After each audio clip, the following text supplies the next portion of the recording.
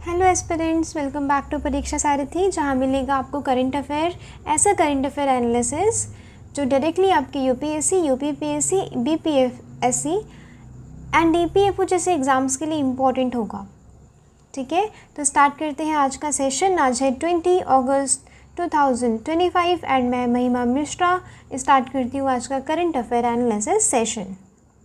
And I hope आप अपनी तैयारी में लगातार मेहनत कर रहे होंगे एंड अपने आने वाले एग्ज़ाम्स के लिए एक एक दिन को पूरी तरह से यूटिलाइज़ कर रहे होंगे। देखते हैं आज कवर क्या क्या करना है। सबसे पहले देखेंगे प्रीलिम्स क्विक रिकैप, जो हमने यस्टरडे पिछले दिन पढ़ा है उसका एक शॉर्ट क्विक रिकैप हम डेली कवर करते हैं ताकि आपका रिवीजन हो सके। फिर देखेंगे वेदर यू रिकॉल, यहाँ पे हम MCQs की प्रैक्टिस करते हैं। ठीक है, फिर देखेंगे डे टू डे, आज डे कौन सा सेलिब्रेट किया जाता है, ये भी इम्पॉर्टेंट है आपके ऑब्जेक्टिव टाइप कॉम्पिटिटिव एग्ज़ाम के लिए। फिर चाइना इंडिया, यहाँ पे SCO की मीटिंग होने वाली है, तो इंडिया ने यहाँ पे कहा है कि I am looking forward for greater, हम बहुत अच्छे से SCO मीटिंग के लिए मैं उम्मीद रखता हूँ। ठीक है, चाइना की तरफ से। ये प्रीलिम्स एंड GS पेपर 2 के लिए इम्पोर्टेंट है। यहाँ पे मेन हम SCO के बारे में पढ़ेंगे।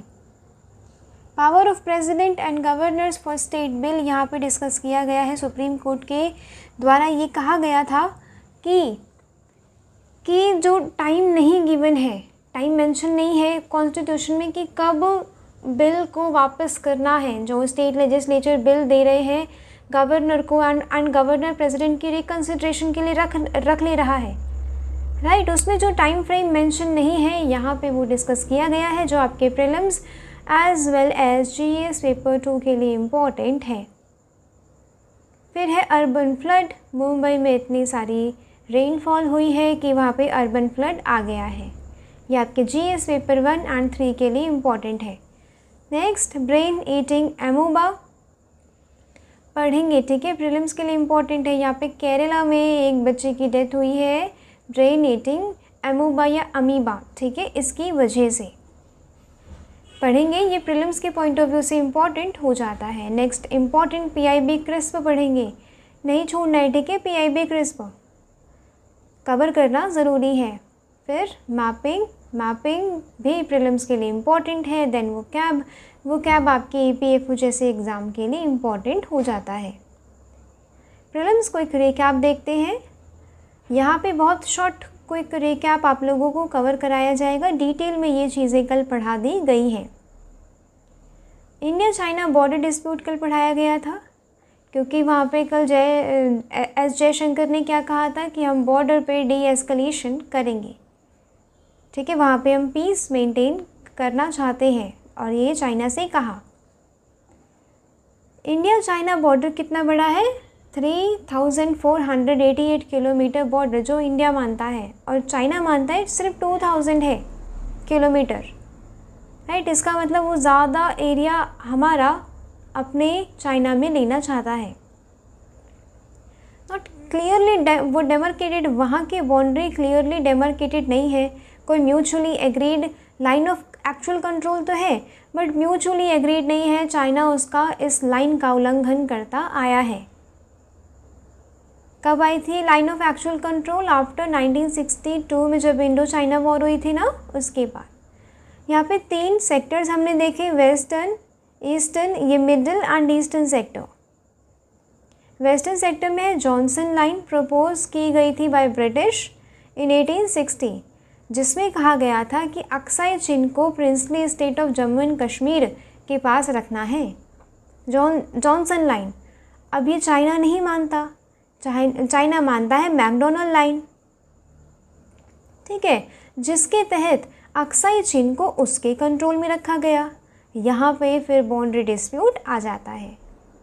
फिर है मिडिल सेक्टर। मिडिल सेक्टर में कोई खास डिस्प्यूट नहीं है। उत्तराखंड एंड हिमाचल प्रदेश जो स्टेट्स हैं इंडिया के, उनसे रिलेटेड कोई यहाँ पे डिस्प्यूट नहीं है। फिर आता है ईस्टर्न सेक्टर।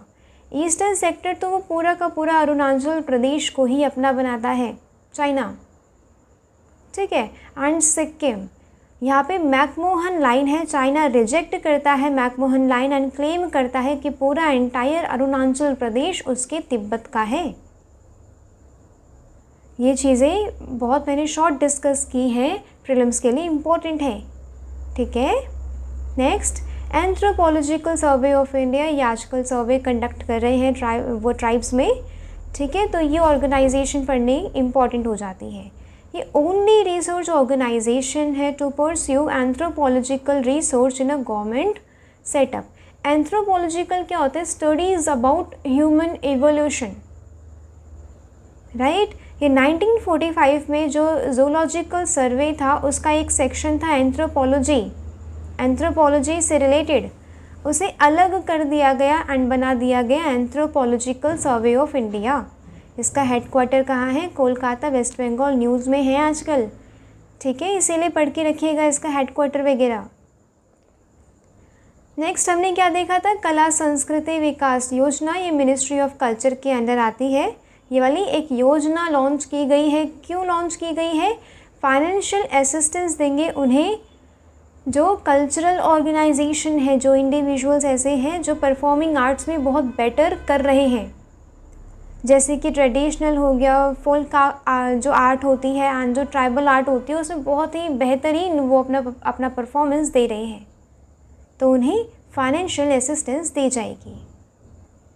नेक्स्ट, ये 3 वर्ड्स हुए थे ऐड, कहाँ पे? कैम्ब्रिज डिक्शनरी में। पहला है ट्राइड वाइफ। ट्राइड वाइफ बताया था कल मैंने हल्का सा डिटेल में।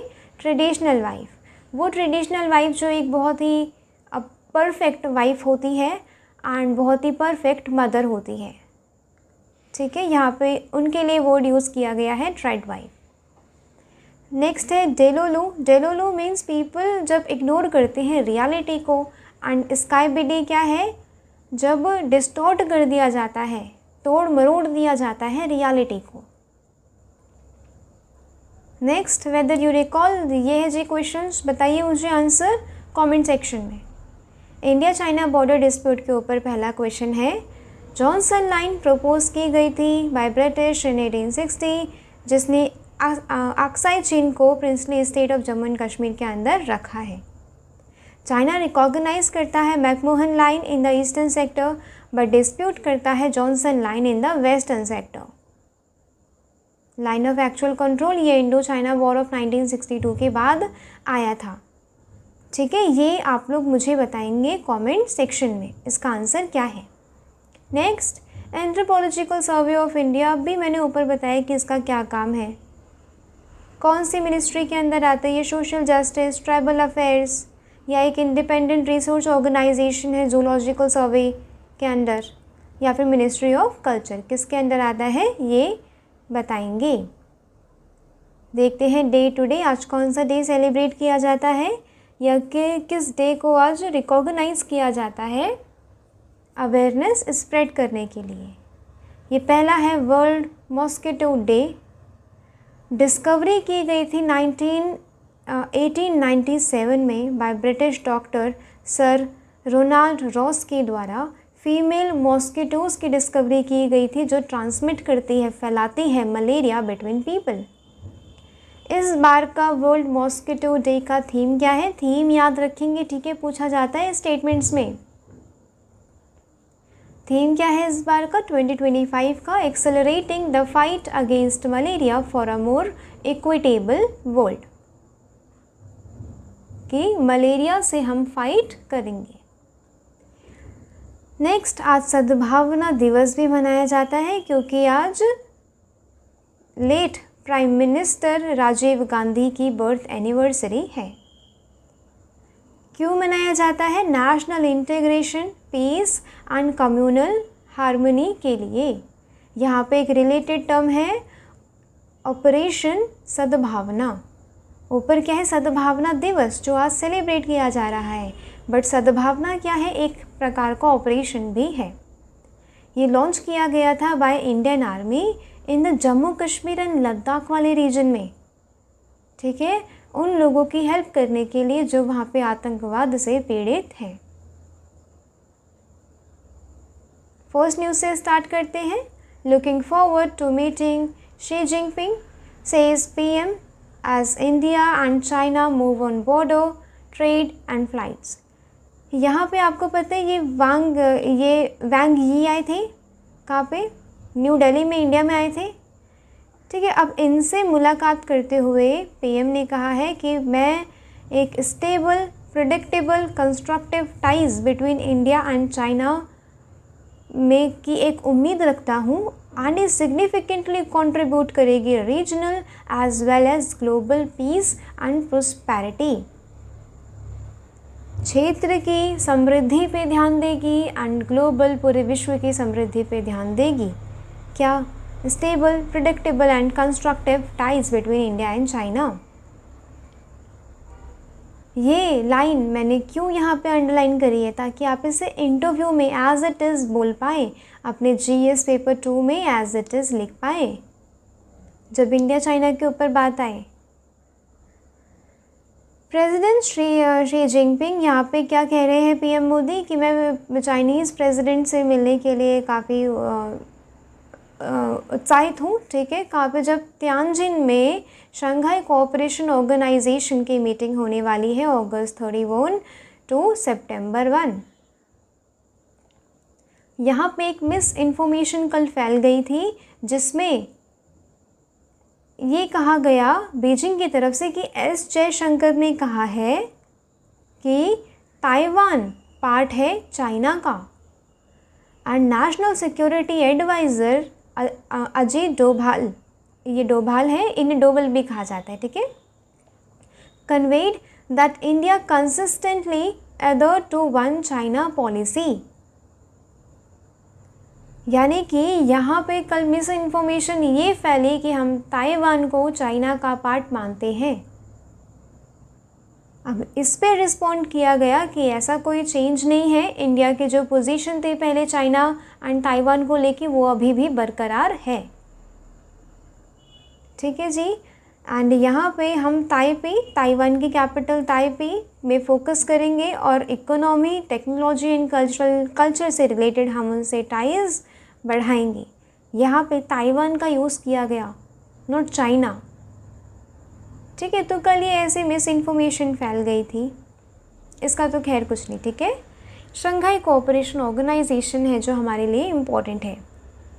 स्टैब्लिश की गई थी 2001 में इन शंघाई, चाइना। ओरिजिन इसका क्या है? सक्सेसर है शंघाई 5। शंघाई 5 1996 वाली। China, Russia, Kazakhstan, Kyrgyzstan, Tajikistan. अब इसके फाउंडिंग मेंबर्स कौन हैं? ये वाले तो है ही। उज़्बेकिस्तान भी ऐड हो गया फाउंड करने के लिए। इसका हेडक्वार्टर कहाँ है? Beijing, China. Official language Russian है एंड चाइनीज़ है। प्रीलिम्स के पॉइंट ऑफ व्यू से, अब मैं यहाँ पे अगर प्रीलिम्स कह रही हूँ ना, तो आप सारे कॉम्पिटिटिव एग्ज़ाम के ऑब्जेक्टिव टाइप एग्ज़ाम को लीजिए, पेपर को लीजिए। ठीक है जी, अब इसकी मेंबरशिप कितने हैं अभी? China, Russia, Kazakhstan, Kyrgyzstan, Tajikistan, Uzbekistan, इतने जो फाउंडिंग मेंबर हैं।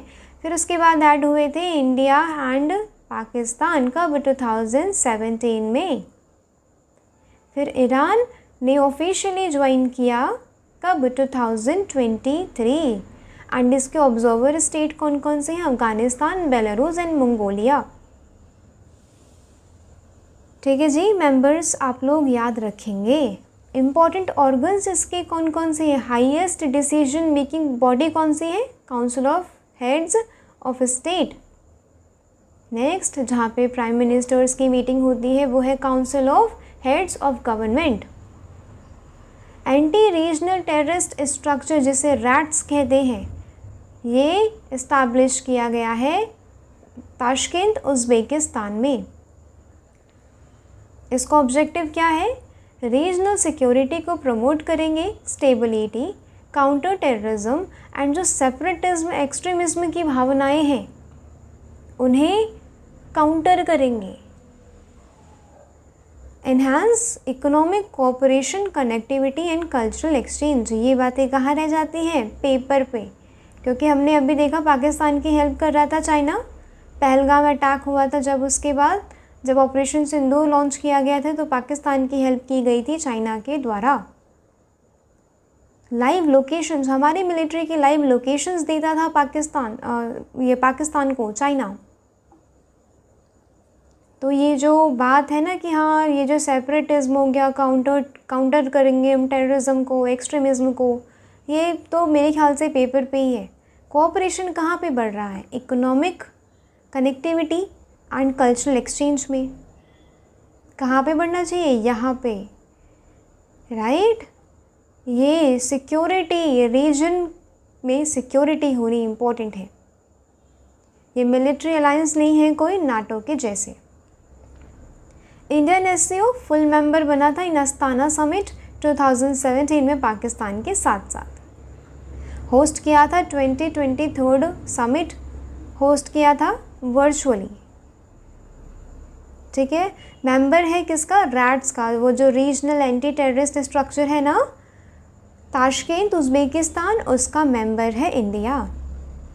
एंड ये एससीओ को यूज़ किया जाता है इंडिया के द्वारा ताकि हम अपनी एंगेजमेंट विद सेंट्रल एशिया है ना, इसमें वो Tajikistan, Uzbekistan, Kyrgyzstan, Kazakhstan, Russia, China and Pakistan के साथ हम अपनी एंगेजमेंट बढ़ा सकें। Next, not very important, but यहाँ पे हम देखते हैं कि कैसे डोनाल्ड ट्रंप बिहेव कर रहे हैं विद यूरोपियन कंट्रीज़। यहाँ पे यूरोपियन कंट्रीज़ के इम्पोर्टेंट जो भी कंट्रीज़ हैं वहाँ पे उनके प्रेसिडेंट, पीएम या फिर यूरोपियन कमीशन के यहाँ पे चेयरमैन आए, चेयरपर्सन, उन्होंने ऐसा बिहेव किया। ये ऐसा नहीं लग रहा है यहाँ पे प्रिंसिपल बैठा है, यहाँ पे कुछ मॉनिटर्स को बुलाया गया है कि वो क्लास में कैसे ध्यान देंगे। ये बिहेव किया गया। अभी ट्रंप बिल्कुल ऐसे जैसे निरंकुश राजा नहीं होता है, निरंकुश मनमानी आचरण, ठीक है, वही इनके अभी चल रहे हैं। तो ये एक डिसरिस्पेक्ट है, यहाँ पे वर्ल्ड मीडिया कवर कर रही है कि ये डिसरिस्पेक्ट यहाँ पे किया गया है यूरोपियन कंट्रीज़ की ट्रंप के द्वारा। नेक्स्ट देखेंगे, what is records if governors keeps bill pending, ask supreme court. यहाँ पे सुप्रीम कोर्ट ने द्रौपदी मुर्मू से पूछा है कि अगर गवर्नर बार बार बिल को क्या कर रहा है? पेंडिंग कर रहा है, राइट, वो पेंडिंग है, कोई एक्शन नहीं दे रहा है एंड प्रेसिडेंट के कंसिडरेशन के लिए भेज दे रहा है बार बार, तो क्या होगा? यहाँ पे सबसे पहले हम क्या देखेंगे? न्यूज़ का कॉन्टेक्स्ट बाद में देखेंगे, सबसे पहले देखेंगे प्रीलिम्स रिलेटेड। ये अगर समझ में आया तभी हम न्यूज़ का कॉन्टेक्स्ट समझ पाएंगे। Governor assent to the state bill, article 200 के तहत गवर्नर को ये पावर दी गई है कि वो स्टेट के बिल्स को एसेंट दे। A bill passed by state legislature जब प्रेजेंट किया जाता है गवर्नर को, क्योंकि कोई भी कानून स्टेट में बिना गवर्नर के सिग्नेचर की नहीं होगा, बिना गवर्नर के एसेंट की नहीं होगा। तो फिर जब ये प्रेजेंट किया जाता है गवर्नर को, तो गवर्नर के पास कुछ ऑप्शंस होते हैं, या तो वो अपनी हामी दे दे, हाँ भर दे, तो फिर वो बन जाता है, वो बिल बन जाता है एक्ट, या फिर विदहोल्ड कर दे कि मैं नहीं देता, नहीं मैं हाँ करता, ठीक है, तो फिर वो वाला बिल फेल हो जाता है। तीसरा, रिटर्न कर सकता है बिल, अगर वो मनी बिल नहीं है रिकन्सिडरेशन के लिए रिटर्न कर सकता है। बट विद और विदाउट अमेंडमेंट अगर लेजिस्लेचर फिर से देता है गवर्नर को बिल, तो उसे एसेंट देनी पड़ेगी, उसे हाँ करनी पड़ेगी, साइन करने पड़ेंगे। चौथा ऑप्शन क्या है कि या तो वो प्रेसिडेंट के लिए रिजर्व कर देता है बिल को, ठीक है जी। कौन कौन से ऐसे सर्टेन बिल्स हैं या कौन कौन सी ऐसी सर्कमस्टांसेस हैं जब गवर्नर प्रेसिडेंट के लिए रिजर्व करेगा बिल? जब पोजीशन ऑफ हाई कोर्ट को एंडेंजर किया जा रहा हो स्टेट लेजिस्लेचर के द्वारा, अपोज किया जा रहा हो directive principles of state policy, कोई ऐसी पॉलिसी आ रही है, देखिए फंडामेंटल राइट्स में तो वो लोग चेंजेस कर नहीं सकते। अब अगर वो ऐसा कानून लेके आ रहे हैं जो डीपीएसपी के अगेंस्ट है, तब गवर्नर क्या करेगा? गवर्नर वाला बिल प्रेसिडेंट के लिए कंसिडर करेगा, प्रेसिडेंट को ट्रांसफ़र करेगा। Dealing with the compulsory acquisition अगर वो डील करता है, वो वाला बिल इससे अगर डील करता है under article 31A। Matters derogating powers of the union, यानी कि कॉन्करेंट लिस्ट में जो पावर्स दी गई हैं उसमें अगर कोई ऐसा लॉ बनाता है जो यूनियन गवर्नमेंट के अगेंस्ट जाए तो भी गवर्नर भेज देता है वो बिल प्रेसिडेंट के पास। अच्छा, प्रेसिडेंट बताया था मैंने ड्यूअल रोल लेते हैं वो गवर्नर, ड्यूअल रोल वो लोग प्ले करते हैं। पहला रोल कौन सा है? Head of the state. Head of the state means head of the वो वाला राज्य, ठीक है। एक वो सेपरेट अलग कॉन्स्टिट्यूशनल बॉडी है। दूसरा agent of the central government, subordinate नहीं होता, एक कॉन्स्टिट्यूशनल एक सेपरेट आइडेंटिटी है गवर्नर की, बट एजेंट होता है सेंट्रल गवर्नमेंट, वो गवर्नमेंट का। गवर्नर जो है वो सेंट्रल गवर्नमेंट के द्वारा अपॉइंट किया जाता है, इसीलिए वो उन्हीं की सुनता है, उन्हीं की करता है। फिर गवर्नर को अगर लगता है कि कोई सा भी बिल अगर ज़रूरी लगता है कि हाँ ये प्रेसिडेंट को दे देना चाहिए, तब वो दे देता है। फिर प्रेसिडेंट की पावर ऑन स्टेट बिल्स। अब प्रेसिडेंट के पावर वो पास कौन कौन सी पावर्स हैं? आर्टिकल 201। आर्टिकल 201 के तहत बताया था अभी गवर्नर का क्या था 200 एंड प्रेसिडेंट का क्या है स्टेट बिल्स से रिलेटेड 201 याद रखेंगे आर्टिकल्स, ठीक है। एसेंट दे सकता है, लॉ बन जाएगा। विद होल्ड कर सकता है, बिल फेल हो जाएगा। रिटर्न कर सकता है अगर मनी बिल नहीं है तो। ये मत समझिएगा कि अगर मनी बिल है तो गवर्नर नहीं वापस भेज सकता बट प्रेसिडेंट भेज सकता है, ये नहीं सोचना है हमें, ठीक है। प्रेसिडेंट भी नहीं भेज सकता मनी बिल को वापस, या तो मना कर दो या तो एसेंट दे दो, ये दो ऑप्शंस होते हैं। अगर बिल पास किया जाता है अगेन एंड अगेन, प्रेजेंट किया जाता है प्रेसिडेंट के पास, तो ये अपने एसेंट को देने के लिए बाउंड नहीं है। वही वाला डिबेट यहाँ पे है, वही वाली डिबेट। यहाँ पे 2 जज बेंच ने फिक्स किया है timeline for president and governors to act bills sent by state legislature. 5 judge constitution bench of the Supreme Court sought to know what is the constitutionally permissible recourse for a constitutional court in situation where the governor keeps bills pending। यहाँ पे क्या था, एक case गया था supreme court के पास अप्रैल 8 में तमिलनाडु की तरफ से, क्योंकि तमिलनाडु जो भी ऑपोजिशन वाली पार्टीज़ है ना स्टेट में, उनसे काफ़ी कॉन्फ्रंटेशन रहता है गवर्नर से। जैसे वेस्ट बंगाल से था, वेस्ट बंगाल की सीएम एंड गवर्नर, वैसे ही तमिलनाडु के सीएम एंड गवर्नर, तो इनके बीच में ना कॉन्फ्रंटेशंस होते हैं काफ़ी, ठीक है। वो अपनी रूलिंग पार्टी का करता है, सेंटर की रूलिंग पार्टी का गवर्नर, एंड यहाँ पे अगर ऑपोजिशन पार्टी है तो इसे दिक्कत होती ही है। अब यहाँ पे क्या कहा था तमिलनाडु ने कि गवर्नर बार बार ये बिल को पेंडिंग रखता है, पहली बात। दूसरा, बार बार ये भेज देता है प्रेसिडेंट की कंसिडरेशन के लिए। फिर सुप्रीम कोर्ट ने यहाँ पे for the first time prescribe किया गया था कि अगर कंसिडरेशन के जब बिल रिजर्व किया जाता है गवर्नर के द्वारा, ठीक है, प्रेसिडेंट के लिए, तो प्रेसिडेंट को 3 मंथ्स के अंदर अंदर एसेंट देनी पड़ेगी। अब यहाँ पे फिर से एक क्वेश्चन आया है कि क्या कॉन्स्टिट्यूशनल कोर्ट जो है वो इस बारे में क्या कर सकता है। मतलब अगर गवर्नर बार बार बिल्स को पेंडिंग रख रहा है या फिर प्रेसिडेंट की कंसिडरेशन के लिए भेज दे रहा है, तो क्या कर सकता है एक कॉन्स्टिट्यूशनल कोर्ट। यहाँ पे जो अटॉर्नी जनरल है, अटॉर्नी जनरल बताया था ये सरकार को रिप्रेजेंट करते हैं लीगल कोर्ट्स में, ठीक है। यहाँ पे ये आर्ग्यू कर रहे हैं कि आर्टिकल 200 और 201, इसीलिए मैंने आपको आर्टिकल्स पहले पढ़ाए, ताकि आपको पता चले कि अच्छा ये वाली गवर्नर की पावर है एंड 201 प्रेसिडेंट की पावर है regarding states bill.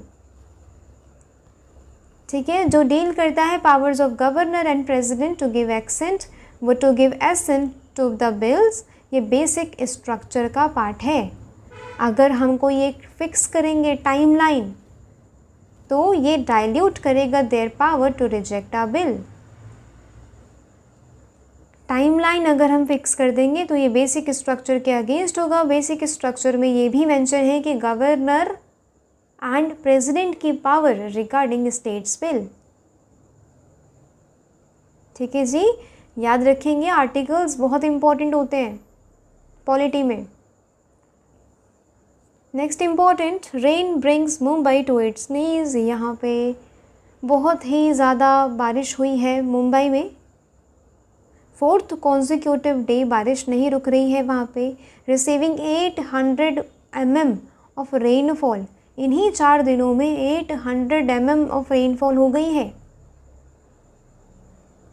State government के हिसाब से 21 पीपल वहाँ पे डाई, यानी कि 15, 16, 17, 18, 19 4 डेज़ में 21 पीपल निकल लिए वहाँ पे। वो वहाँ पे डाई हो गए। किस वजह से? Rainfall. 12 lakh hectares of land वहाँ पे डिस्ट्रॉय हुई है, वहाँ पे क्रॉप्स डिस्ट्रॉय हुई हैं। अब इम्पॉर्टेंट क्या है हमारे लिए? अर्बन फ्लड को पढ़ना। ये हालत हो जाती है वहाँ पे 4 दिन की बारिश में। ठीक है, तो ये अर्बन फ्लड की सिचुएशन है, ये अर्बन फ्लडिंग है। अर्बन फ्लडिंग क्या होती है? Refers to the inundation of city areas caused by excessive rainfall. अब जब ड्रेनेज की कैपेसिटी इतना पानी रख सकती है बट इतनी एक्सेसिव रेनफॉल हो गई है, इतनी एक्सेस रेनफॉल हो गई है तो ड्रेनेज की कैपेसिटी नहीं रहेगी एक्सेस वाटर को होल्ड करने के लिए। ठीक है, फिर आ जाती है अर्बन फ्लडिंग, फिर ये जाता है सिटीज़ में पानी। ये डिवास्टेटिंग होता है, रूरल फ्लड से ज़्यादा खतरनाक होता है रूरल फ्लड से। कैसे? क्योंकि यहाँ पे हाई पॉपुलेशन डेंसिटी होती है, स्पेशली स्लम एरियाज़ में अगर अर्बन फ्लडिंग जैसी सिचुएशन हो जाए तो क्या हालत होगी वहाँ की। ठीक है, वहाँ का सरफेस क्या है, उतना कॉन्क्रीटाइजेशन कर दिया गया है, उतना सीपेज नहीं कर सकता। कॉन्क्रीट मटेरियल यूज़ करके, जैसे आप देखते ही होंगे हर जगह बिल्डिंग्स हैं एंड सड़कें हैं, तो पानी जाएगा कहाँ पे? उसका सरफेस रन ऑफ ही तो होगा। एंड फ्रेजाइल इंफ्रास्ट्रक्चर जो rapid water accumulation and damage करता है। अब मैं ये सब क्यों पढ़ा रही हूँ? ये आपके GS paper 3 disaster management as well as GS paper 1 geography में अर्बन फ्लडिंग का क्वेश्चन पूछा गया है। कॉजेस क्या है? Rapid urbanisation, expansion without adequate planning. ठीक है, प्लानिंग नहीं है अर्बन एरियाज़ की, वहाँ पे हो जाता है एनक्रोचमेंट वाटर बॉडीज़ का। वाटर बॉडीज़ जैसे कि ये नदी है, यहाँ पे भी हर जगह भी नदी के आसपास बस्तियाँ बस गई हैं। ठीक है, जैसे कि अभी हमने उत्तरकाशी फ्लड देखा था, फ्लैश फ्लड धराली विलेज में, वहाँ पे भी ऐसे था, एनक्रोचमेंट था वहाँ पे, वरना इतनी लाइफ्स का लॉस नहीं होता, इतने इंजर्ड मिसिंग नहीं होते। ठीक है, क्लाइमेट चेंज एक्सट्रीम रेनफॉल जब होती है, ये यहाँ पे inadequate outdated blocked and undersized drain है, तो क्या होगा? पानी बाहर ही तो जाएगा। Loss of green spaces, deforestation हो रहा है, हर जगह बिल्डिंग्स बन रही हैं। Loss of wetland climate change की वजह से भी सूख रहे हैं और दूसरा इंक्रोचमेंट की वजह से भी ख़राब हो रहे हैं। इम्प्रॉपर गार्बेज डिस्पोजल, आपने देखा होगा नदियों के आसपास कितना कूड़ा फेंकते हैं लोग। ठीक है, वाटर चैनल्स के आसपास कितना कूड़ा रहता है, वाटर चैनल्स में कूड़ा रहता है जो ब्लॉक कर देता है ड्रेनेज चैनल को। Poor land use planning construction होता है यहाँ पे, construction on flood plains, low lying areas में फ्लड प्लेन पे कंस्ट्रक्शन कर दिया जाता है, ठीक है। Lack of flood sensitive urban design, ये वुल्नरेबिलिटी को ज़्यादा बढ़ाता है। इम्पैक्ट क्या है, वही इंजरीज होगी, फिजिकल ट्रॉमा होगा, इलेक्ट्रोक्यूशन होगा, प्रॉपर्टी एंड इंफ्रास्ट्रक्चर को डैमेज होगा, इकोनॉमिक लॉस होगा। ये वाला आप एग्जाम्पल लिखेंगे कब, जब जीएस पेपर 3 में या फिर 1 में अर्बन फ्लडिंग से रिलेटेड क्वेश्चन पूछा जाएगा। तो चेन्नई में 2015 में जो फ्लड आया था उसने 15,000 करोड़ का डैमेज किया था, इतना इकोनॉमिक लॉस हुआ था उसमें, थाउजेंड्स बिल्कुल बेघर हो गए, specially in low income and जो इनफॉर्मल सेटलमेंट्स में रहते हैं वो लोग बेघर हो गए। डिजीज़ेस ब्रीड्स करता है ये, cholera, typhoid, hepatitis, malaria, dengue. अब पानी जहाँ पे कहीं पे स्टैगनेंट पड़ा होगा तो वो क्या करेगा, बीमारी ही तो लेके आएगा।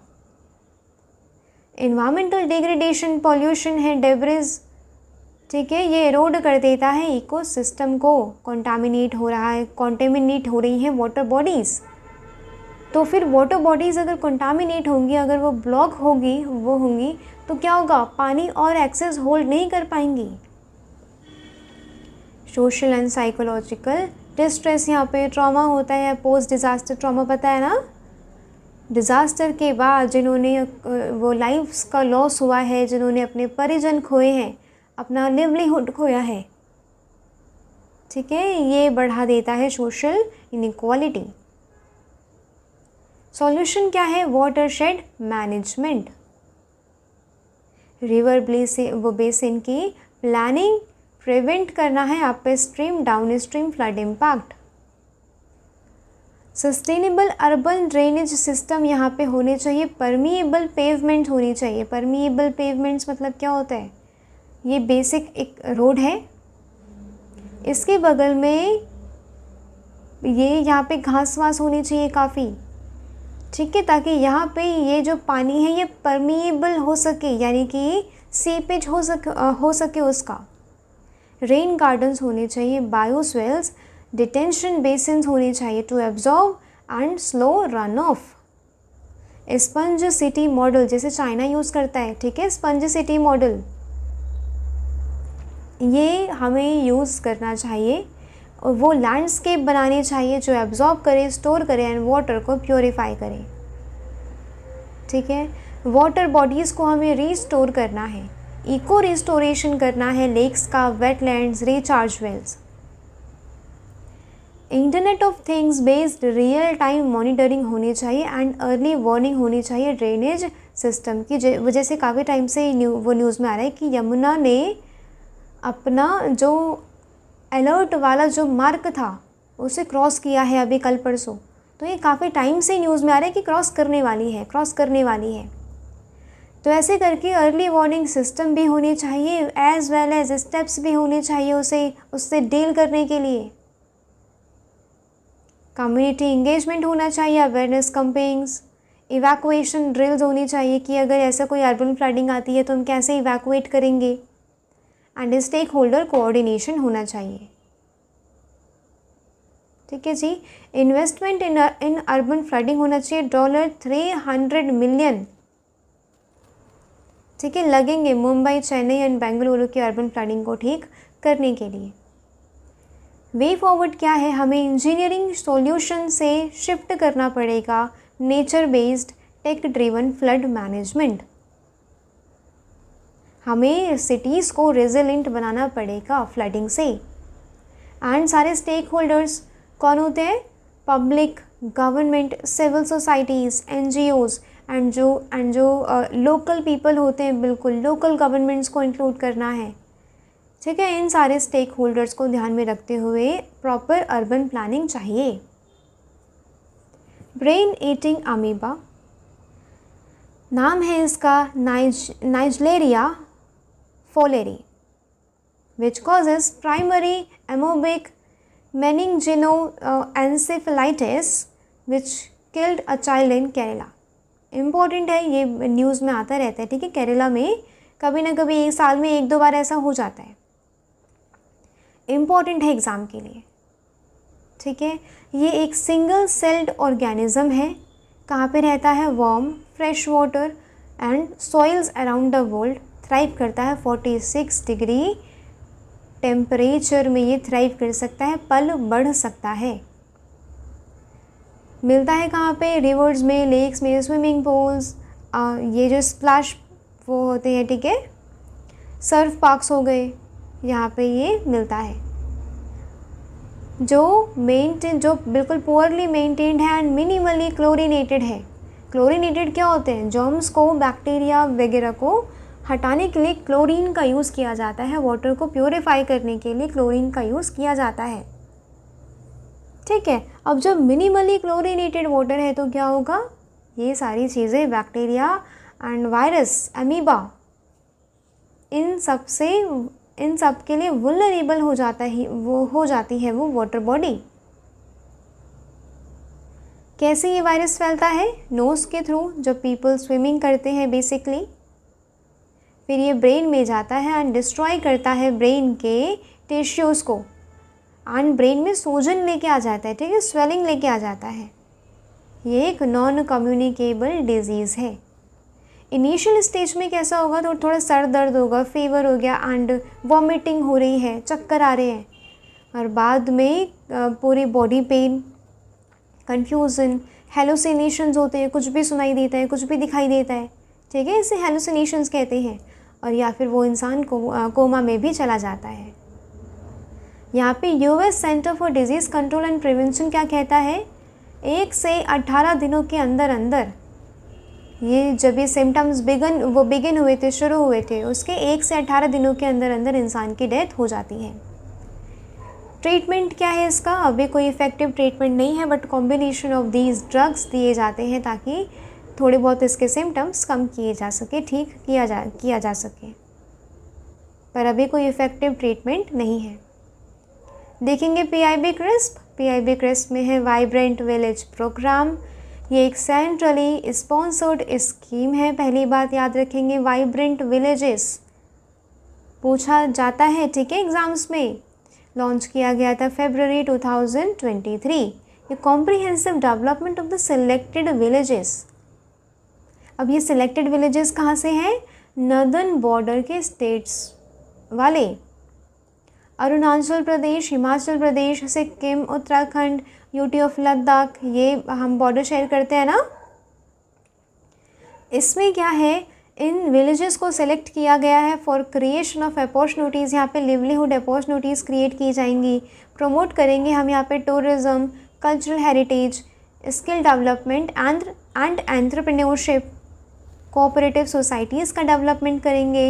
एग्रीकल्चर, हॉर्टिकल्चर यहाँ पे हम डिस्कस और ये डेवलपमेंट करेंगे। वाइब्रेंट विलेज प्रोग्राम याद रखना है। पहला fact, centrally sponsored, launched in 2023। ये जो विलेजेस सेलेक्ट किए गए थे वो गए हैं कहाँ से हैं, बॉर्डर एरिया से। Arunachal Pradesh, Himachal Pradesh, Sikkim, Uttarakhand, UT of Ladakh. यहाँ पे बेसिकली ओवरऑल डेवलपमेंट है इसका main aim. Next important, central council for research in Ayurvedic sciences under ministry of Ayush.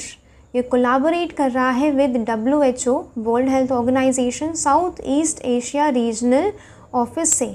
Collaborate करके ये क्या कंडक्ट करवा रहे हैं, एक वर्कशॉप कंडक्ट करवा रहे हैं ऑन WHO गुड मैन्युफैक्चरिंग ये प्रैक्टिसेस पे फॉर हर्बल मेडिसिन। कहाँ पे कंडक्ट किया गया है, दिस इज़ इम्पॉर्टेंट, मुंबई। ठीक है जी, फैक्चुअल ये नॉलेज भी इम्पॉर्टेंट है किसी भी एग्ज़ाम के ऑब्जेक्टिव टाइप पेपर को क्रैक करने के लिए। सेंटर ने इम्प्लीमेंट किया है अन्न चक्र। अन्न चक्र बेसिकली एक सप्लाई चेन ऑप्टिमाइजेशन इनिशिएटिव है जो 31 स्टेट्स एंड यूटीज़ में यूज़ किया जाएगा। इससे एस्टिमेट किया जा रहा है कि ये सेव करेगा 250 करोड़ पर एनम। ताकि हम ऑप्टिमाइजेशन इसे जब हम ऑप्टिमाइज़ करेंगे ना टेक्निक्स को of PDS public distribution system जिससे राशन मिलता है, ठीक है, अगर हम उसे ऑप्टिमाइज़ करेंगे, सप्लाई चेन को ऑप्टिमाइज़ करेंगे तो हमारे 250 करोड़ पर एनम बच जाएंगे सरकार के। नेक्स्ट, आदि कर्मयोगी अभियान, आदि ठीक है, समझ में आ रहा है, ट्राइबल एरियाज़ के लिए। Envisages the world's largest tribal grass root leadership program. इसमें क्या है, कम्युनिटीज़ को स्ट्रेंथन किया जाएगा, ट्राइबल कम्युनिटीज़ को, रिस्पॉन्सिव गवर्नेंस को स्ट्रेंथन किया जाएगा। लोकल लीडरशिप हम क्रिएट करेंगे, opportunities across the country. Tribal areas के जितने भी ट्राइबल एरियाज़ हैं जितने भी, उसमें हम लोकल लीडरशिप की अपॉर्चुनिटीज़ क्रिएट करेंगे। नेक्स्ट, मैपिंग में आज है ईस्टर्न घाट। कल हमने पढ़ा था वेस्टर्न घाट, अब यहाँ से बात आती है ईस्टर्न घाट की। ईस्टर्न घाट महानदी वाले उड़ीसा से स्टार्ट हो रहा है। This is Dandakaranya plateau. इसकी हाईएस्ट पीक क्या है, महेंद्रगिरी। ईस्टर्न घाट की हाईएस्ट जो पीक है वो है महेंद्रगिरी। यहाँ पे हिल्स का सीक्वेंस याद रखेंगे, नल्लामाला हिल्स, पालकोंडा हिल्स, जावड़ी, शेवराई, ठीक है जी। और कल मैंने वाली ईस्टर्न वाली आपको कवर करा दिया था। जो नीलगिरी हिल्स है ना, ये basically western Ghat and eastern Ghat को यहाँ पे लिंक कर रहा है। ये प्रीलिम्स का क्वेश्चन भी है यूपीएससी का। नीलगिरी हिल्स को यहाँ पे लिंक कर रहा है, ज्वाइन कर रहा है क्या, नीलगिरी हिल्स, किसको, ईस्टर्न घाट एंड वेस्टर्न घाट को।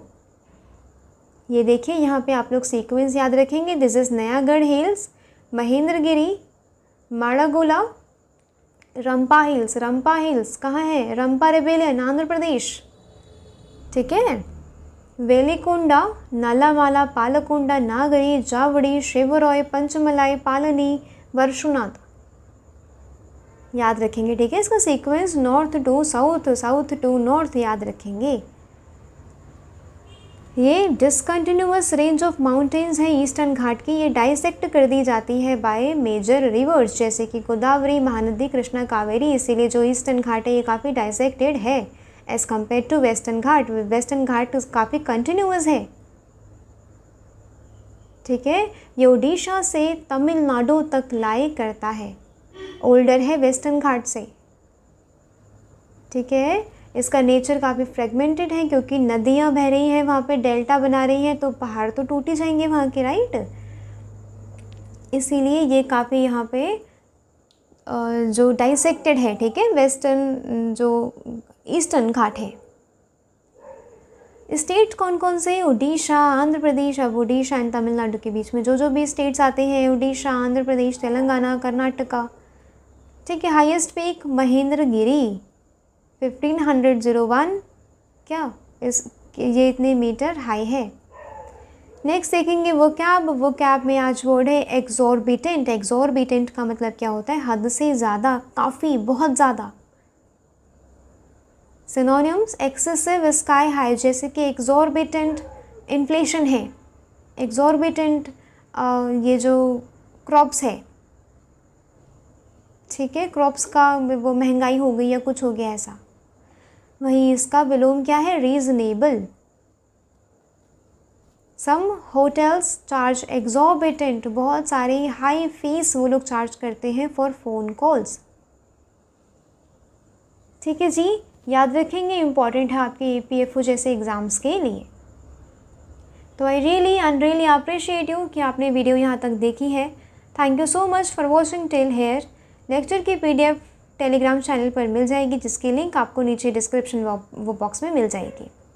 कमेंट करके मुझे आंसर्स बताइएगा एंड बताइएगा कि वीडियो कैसी लगी। कोई सजेशंस, आप कुछ चीज़ें आप इंक्लूड करवाना चाहते हैं या एक्सक्लूड करवाना चाहते हैं वो भी बताइएगा,